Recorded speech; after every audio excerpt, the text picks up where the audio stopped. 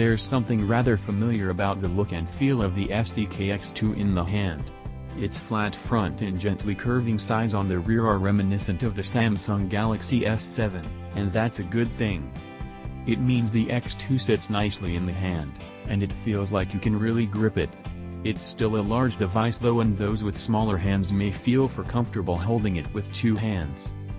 The curved edges and shiny gloss finish make the X2 look premium, although it is noticeably plastic once you pick it up. You'll find the power and volume keys on the left of the handset, while on the base you get a headphone jack and mic rest.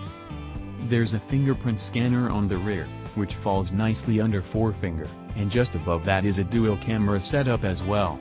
There is one omission though, no NFC.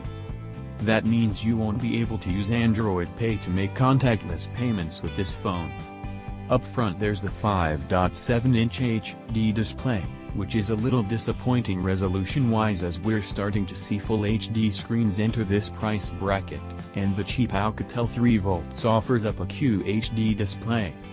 It does have the popular 18:9 aspect ratio though, making it taller than the 16:9 we've been more accustomed to in recent years, and just making it better for movies and gaming. That said, the screen is still bright and clear. Movies and games won't look quite as good, but Android is still perfectly usable, and unless you'll be downgrading in resolution in the Switch, or constantly comparing it to more detailed displays, you are unlikely to have any real issues.